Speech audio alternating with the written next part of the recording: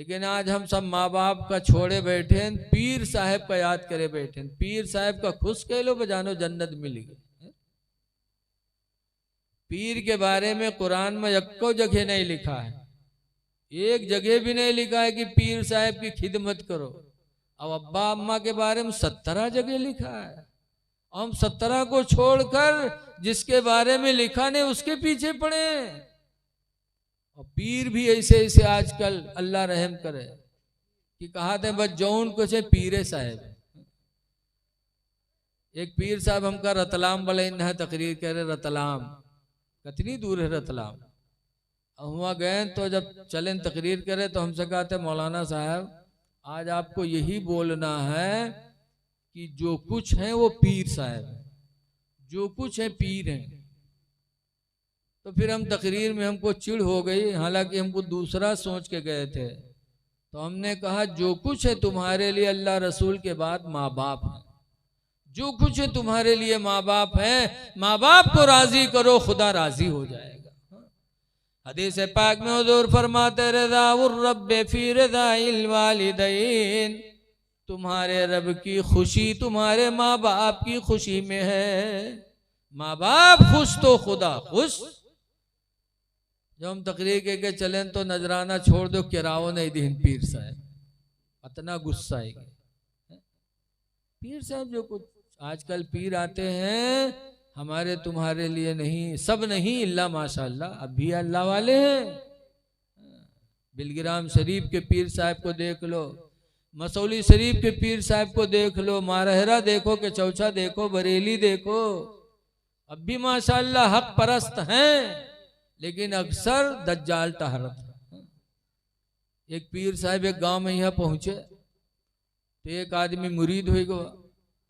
तो के गवा अपने मेहरुआ से कैसे एक पीर साहब आए हैं, हम मुरीद हो गए, तू मुरीद हो जा। तो औरतिया कहे तू ले ले जन्नत, तुका ज्यादा जरूरी है, हम ना हुई बे मुरीद।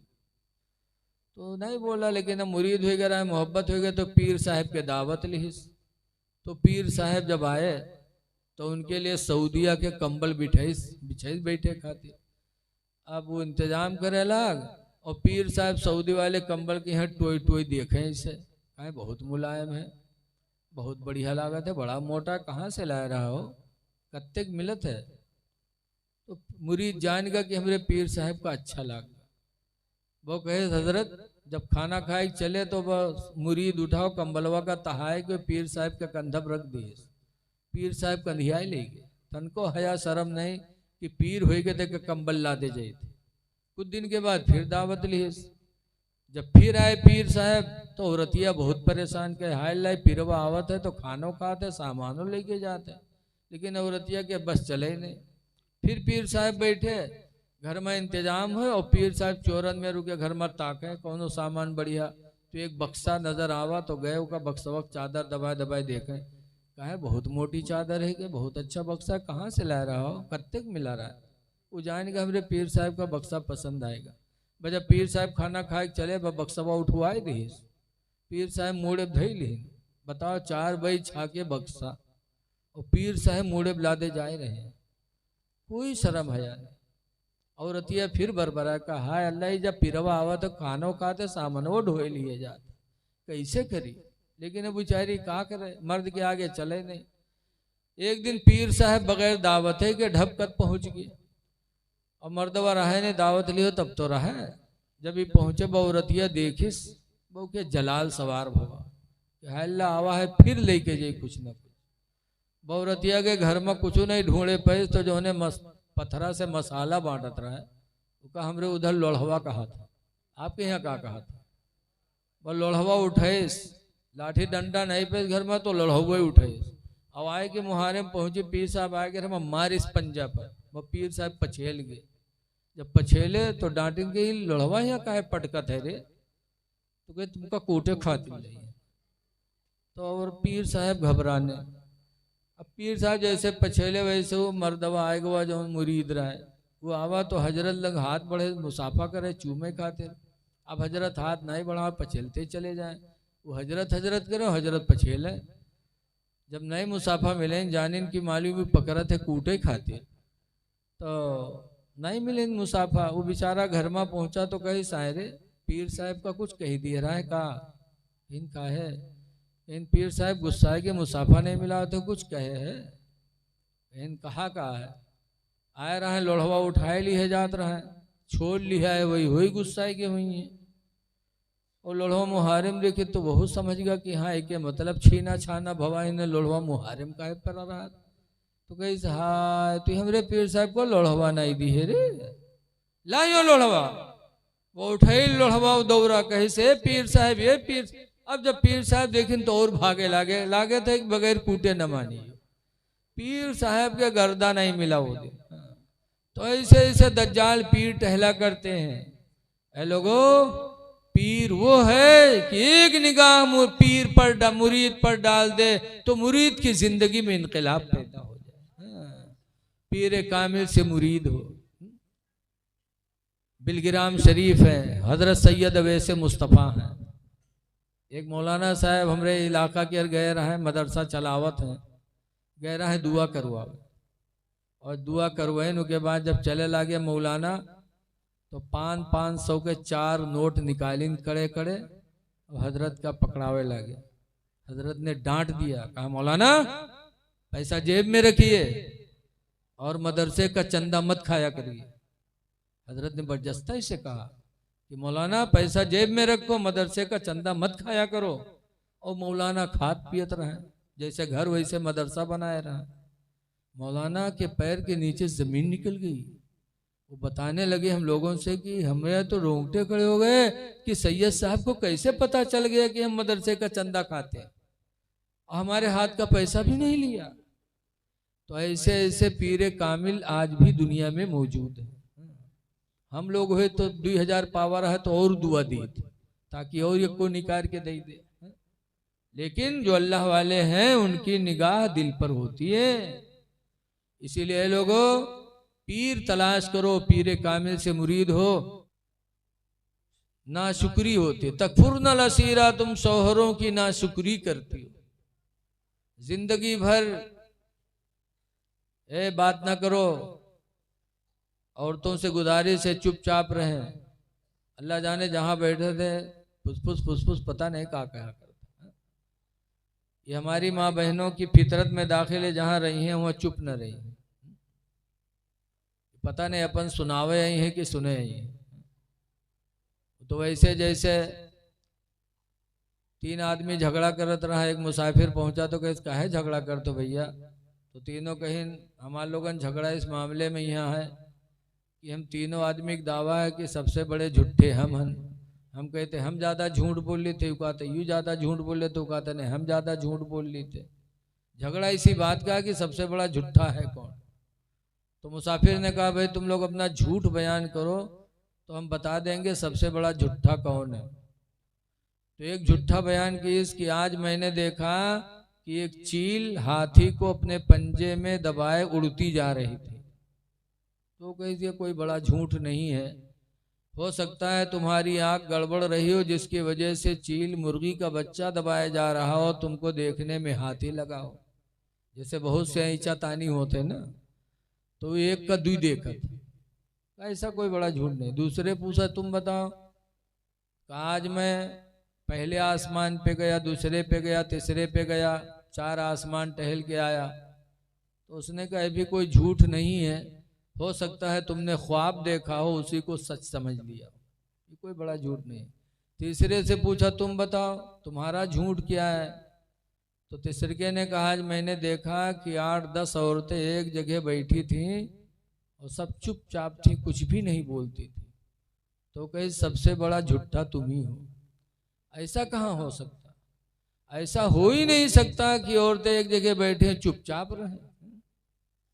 जरा खामोश रहो। सरकार फरमाते हैं और तो सदका किया करो इसलिए कि तुम्हारी तादाद जहन्नम में मैंने ज्यादा देखा है। पूछा क्यों। तो सरकार ने फरमाया पहली वजह तो यह है तकफुरुनल आशीरा तुम शौहरों की नाशुक्री करती हो।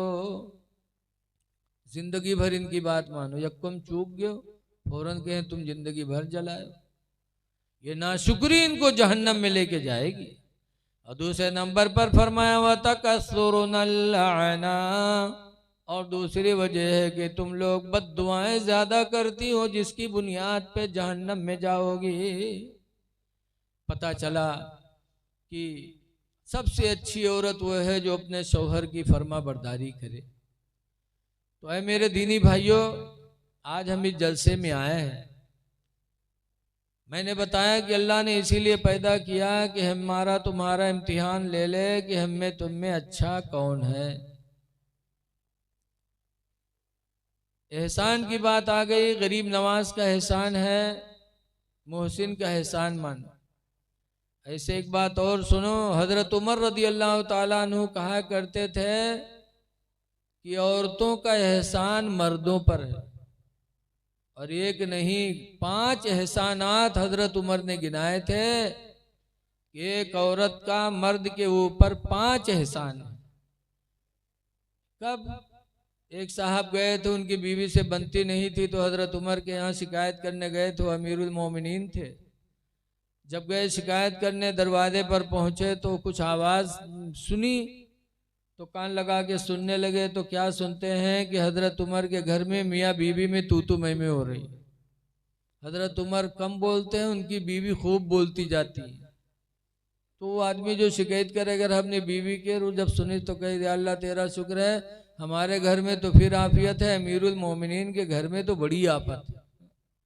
वो चला है, शिकायत नहीं किया। जब चला तो हजरत उमर उसके निशान कदम को देख रहे थे। जैसे चला वैसे हजरत उमर ने फरमाया मन जाला बाबी सुम्मा यरजिउ, कौन है जो मेरे दरवाजे पर आए फिर वापस जा रहा है।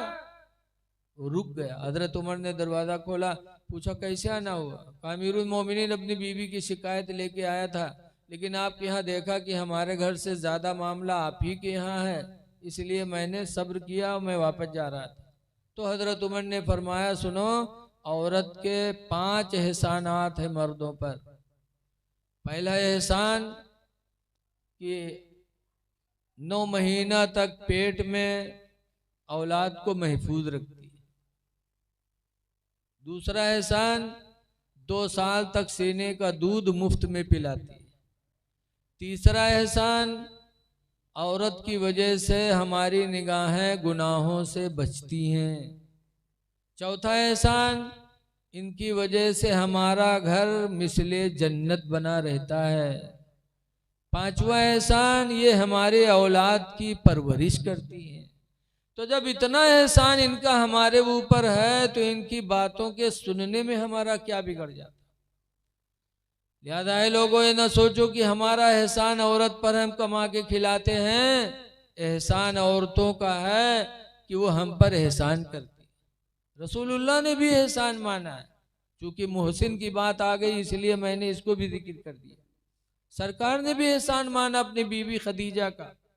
सरकार की 11 बीवियां थी, सिर्फ औलाद एक बीवी से पैदा हुई। क्या नाम था उनका? हजरत खदीजा। 2 लड़के पैदा हुए और 4 लड़कियां पैदा हुई खदीजा से। इसीलिए जब खदीजा का इंतकाल हो गया और हुजूर के निकाह में हजरत आयशा आई, तो हुजूर हजरत आयशा के बिस्तर पे लेटे थे और करवट बदलते तो कहते हाय मेरी खदीजा, इधर करवट बदलते तो कहते हाय मेरी खदीजा। तो हजरत आयशा को तकलीफ हुई, कहा अल्लाह के रसूल मैं आपके बिस्तर पे हूँ, जवान हूँ, अब आप बुढ़िया को याद करते रहते हो, जब देखो तो कहते हो हाय मेरी खदीजा, हाय मेरी खदीजा, आप बुढ़िया को याद करते हो। तो रसूलुल्लाह सल्लल्लाहु अलैहि वसल्लम ने फरमाया था आयशा सुनो, मैं खदीजा को कभी भुला नहीं सकता। खदीजा का मेरे ऊपर एहसान है कि खदीजा के पेट से अल्लाह ने मुझे औलादें अता फरमाई। सबसे बड़ा एहसान खदीजा का है कि खदीजा की वजह से अल्लाह ने मुझे साहिब औलाद बनाया है, इसलिए मैं खदीजा का एहसान मानता हूँ, मानता रहूंगा। पता चला है लोगों, तुम भी अपनी बीवियों का एहसान मानो कि इनकी वजह से अल्लाह ने हमें तुम्हें औलाद अता फरमाई। वरना हाँ कोनो दुकान जहाँ गुडुआ पपुआ बका बिकात हो वहां से ले आओ खरीद के। इसलिए एहसान मानो और अपने माँ बाप का भी एहसान मानो। मोहसिन का एहसान कभी भूलना नहीं चाहिए। इसीलिए अल्लाह ताला ने कुरान करीम में 17 मर्तबा बताया, 17 जगह कुरान में लिखा है वबिल वालिदैनि एहसाना, ऐ लोगों अपने माँ बाप के साथ एहसान करो, एहसान करो माँ बाप के साथ, क्योंकि उन्होंने तुम्हारे लिए बड़ी तकलीफें उठाई। एक जगह नहीं, 2 जगह नहीं, एक जगह अल्लाह फरमाता है कुरान में उस्कुरुली वली वालिदैक, ऐ मेरे बंदे तुम मेरा शुक्र अदा कर और अपने माँ बाप का शुक्र अदा किया कर कि मैंने तुझे पैदा किया, इसलिए तुम मेरा शुक्र अदा कर। और तेरे माँ बाप ने तेरी परवरिश किया, माँ बाप के वजह से दुनिया में तू पहचाना गया, तेरे रिश्ते जितने मिले सब माँ बाप के वसीले से मिले हैं। नाना मिला तो माँ के वसीले से, नानी मिली तो माँ के वसीले से, चचा मिले तो बाप के वसीले से, दादा मिले तो बाप के वसीले से, जितने रिश्ते हमको तुमको मिले हैं सब माँ बाप के वसीले से।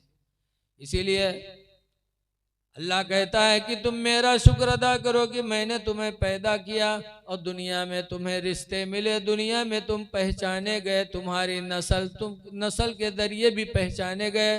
तुम पठान हो कि अंसारी हो कि जुला हो कि नहीं हो कि बेना हो, क्या हो, ये सारी निशानियां भी तुमको माँ बाप के जरिए मिली हैं। माँ बाप पठान तो लड़का पठान। बोलो कि यहाँ और कोई मामला है भैया? जरा बोला करो हाँ नहीं यार, एकदम से चुपचाप हो तो बात पल्ले नहीं पड़ पाती। देखो कुछ न कुछ बोलना चाहिए, या तो कसम खाए का आया हो कि बोलबे कुछ न चाहे जता बक्की है तो कोई बात नहीं। निशानी हमको मिली है, अल्लाह फरमाता है अपने माँ बाप का शुक्र अदा किया करो, हा? और आज हम माँ बाप को अजियतें पहुंचाते हैं। ऐ लोगों जरा गौर करो, जिस नबी का कलमा पढ़ा उस नबी ने अपनी माँ की कितनी खिदमत की है। हुजूर सल्लल्लाहु अलैहि वसल्लम की सगी माँ हजरत आमना तो बहुत पहले इंतकाल कर चुकी थी, लेकिन हुजूर की रज़ाई माँ हलीमा सादिया जिन्होंने नबी को दूध पिलाया था, वो हलीमा जंगे हुनैन से वापसी के टाइम पर मकाम जईराना मक्का से 35 किलोमीटर दूर है। जईराना जगह पे सरकार बैठे थे, मुजाहिदीन बैठे थे, सरकार खाना बांटने लगे मुजाहिदीन को। इतने में तुफैल दौसी कहते हैं, हजरत तुफैल दौसी कहते हैं कि रिजाती मरातुन, कि इतने में अचानक एक औरत आई। सरकार ने उस औरत को देखा, हदीस में फ़क़ाम लहा रसूलुल्लाह, तो सरकार उस औरत की ताज़ीम के लिए खड़े हो गए। वह बसत लहा रिदाहु, सरकार ने अपनी चादर मुबारक को उस बुढ़िया औरत के लिए बिछा दिया। जो बैठ गई तो सरकार खाना खिलाने लगे, खिला भी रहे, मोहब्बत से चेहरा भी देख रहे हैं उस बुढ़िया का। तो साहबे किराम को हैरत हुई, अल्लाह कौन बुढ़िया है? इसकी तादीम के लिए सरकार खड़े भी हुए, बैठने के लिए चादर मुबारक बिछा दी, खिला भी रहे और मोहब्बत से चेहरा भी देख रहे हैं। लोगों ने पूछा मन हिया, ये कौन है, ये बुढ़िया कौन है जिसके साथ सरकार ये सुलूक कर रहे हैं? फ़क़ालो, तो साहबे किराम ने बताया, जो पहचानते थे उन लोगों ने कहा हिया उम्मुहु अल्लती अरदातुहु, ये रसूलुल्लाह की माँ हलीमा सादिया हैं जिन्होंने हुजूर को बचपन में दूध पिलाया था। ऐ लोगों उस वक्त सरकार की उम्र पाक तकरीबन 58 या 59 साल की हो गई थी। अब 58-59 साल के सरकार हो गए थे तो खदीजा, तो हजरत हलीमा की उम्र 80 से कम नहीं होगी, क्योंकि बचपन में नबी को दूध पिलाया था। 80 साल की उम्र में खदीजा रसूलुल्लाह के सामने जब आई और सरकार की तादीम और अखलाक को देखा, तो अब तक हलीमा को ईमान नसीब नहीं हुआ था, लेकिन जब सरकार का अखलाक देखा तो पुकार उठी, फरमाते ऐ मोहम्मद, खुदा की कसम तुम्हारा अखलाक बता रहा है कि तुम्हारी नबूवत झूठी नहीं है, तुम्हारी नबूवत भी सच्ची, रिसालत भी सच्ची। उसी वक्त हलीमा ने कलमा पढ़ कर के इस्लाम को कबूल कर लिया था। ये मेरे तुम्हारे पैगंबर हैं जिन्होंने रज़ाई माँ को देखा तो ताजीम भी किया, बैठने के लिए चादर भी बिछा दी, हाथ से खिला भी रहे हैं, मोहब्बत से चेहरा भी देख रहे हैं। ए लोगों, नबी की सुन्नत है, माँ बाप का बिस्तरा बिछाओ, नबी की सुन्नत का सवाब पाओगे और माँ बाप की दुआएं भी आपको नसीब होंगी। माँ बाप की खिदमत करो, इनके साथ नरमी से पेश आओ। लेकिन आज अफसोस है कि हम नबी करीम सल्लल्लाहु अलैहि वसल्लम की सुन्नतों को भूले बैठे। देखा जाता है गर्मी का ज़माना है, बरसात है, बरसात में कितनी सड़ियल गर्मी होती है। बाप की चारपाई, माँ की चारपाई अंदर पड़ी है, लड़का नौजवान है छत पे लेटा है, बारिश आई तो घर में आया, फिर छत पे चला गया, लेकिन माँ बाप उसी गर्मी के कमरे में तड़प रहे हैं। क्यों? कौन उठाए चारपाई? बुढ़ापे में बिस्तरा उठाया नहीं जाता, बुढ़ापे से चारपाई खींची नहीं जाती। तो नौजवान अपनी गर्मी तो देख रहा है, लेकिन अपने माँ बाप की तरफ नहीं सोचा कि मेरे माँ को भी गर्मी लगती होगी कि नहीं, मेरे बाप को भी गर्मी लगती होगी कि नहीं लगती होगी। ऐ नौजवानों, माँ बाप ने तुम पर बड़ा एहसान किया है। आज अल्लाह ने तुम्हारे सर पर माँ बाप का साया रखा है, तो इनकी खिदमत करो, इनकी ताजीम करो। बाप बाप होता है, हदीस पाक में है भी है, कुरान करीम में भी है। लेकिन आज अफसोस है, आज जहां तक शादी नहीं होगी तब तक तो अब्बा अब्बा, अम्मी अम्मी, और जहां फूल जहां ही घर माँ, और फूकिन काने में ही है कि बुढ़िया बुढ़वक पीछे कब तक लाग रही है, बस पतीली लेके अलग होगी। अब अलग हो गए, माँ बाप से कोई मतलब नहीं। ऐ लोगों, अगर हमारी तुम्हारे घर में सूरत पेश आए तो नबी करीम के सहाबा की जिंदगी को नजरों के सामने रखो। एक साहब आए थे, मुसलमान थे, बारगाह नबी में आए, कहने लगे या रसूल अल्लाह, मेरी माँ का इंतकाल हो गया, मेरे अब्बा और मेरी अम्मी जिंदा हैं। नहीं, मेरे अम्मी का इंतकाल हो गया, अब्बा हैं, लेकिन मेरी बीवी और मेरे अब्बू में बनती नहीं है। रातों दिन झगड़ा, बीवी कहती है कि बाप से अलग हो जाओ, अब्बा कहते हैं कि बीवी को तलाक दे दो। या रसूल अल्लाह, मैं किसका कहा मानूं?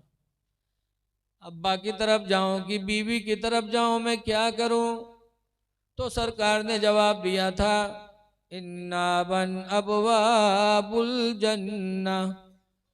ऐ सहाबी सुन ले, बेशक बाप जन्नत का दरवाजा है। फ़इन शीता खुज़हा, तो अगर तू जन्नत को लेना चाहता है तो ले ले, बाप का कहा मान जा, बीवी को तलाक दे दे। फिर आगे फरमाया वइन शीता दैया, और अगर जन्नत को खोना चाहता है तो बीवी का कहा मान जा, बाप का साथ छोड़ दे। साहबे थे, जब उन्होंने सुना तो कहा वल्लाहि ला अतरुकुल जन्नह, अल्लाह के रसूल कसम खुदा की मैं जन्नत को नहीं छोड़ पाऊंगा। ये कह के घर गए और जाते जाते बीवी को तलाक़ें दे दी। बीवी रोने लगे, मेरे प्यारे सरताज, कौन सी गलती हो गई कि आते आते तुमने तलाक दे दिया?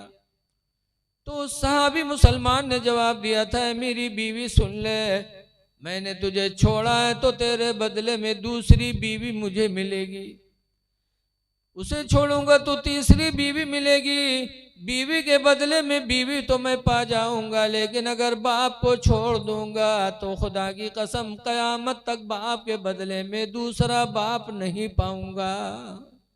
इसलिए तुम्हें तो छोड़ सकता, लेकिन बाप का दामन नहीं छोड़ सकता। ऐ लोगों, माँ बाप के साथ एहसान करो, इसलिए कि माँ बाप के बारे में अल्लाह ने 17 जगह बताया है। तो औरतों ने कहा था, कुलना व बिमा या रसूल अल्लाह, औरतों ने पूछा था अल्लाह के रसूल, जहन्नम में हम औरतों की तादाद ज्यादा कैसे हो गई? मर्द कम औरतें कम, ज्यादा ऐसा क्यों?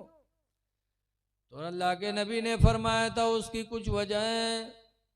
पहली वजह तो यह कि तकफुरुनल अशीरा, तुम शौहरों की नाफरमानी करती हो, शौहर की नाफरमानी करती हो। शौहर की नाफरमानी की वजह से तुम जहन्नम में ज्यादा दिखाई पड़ रही हो।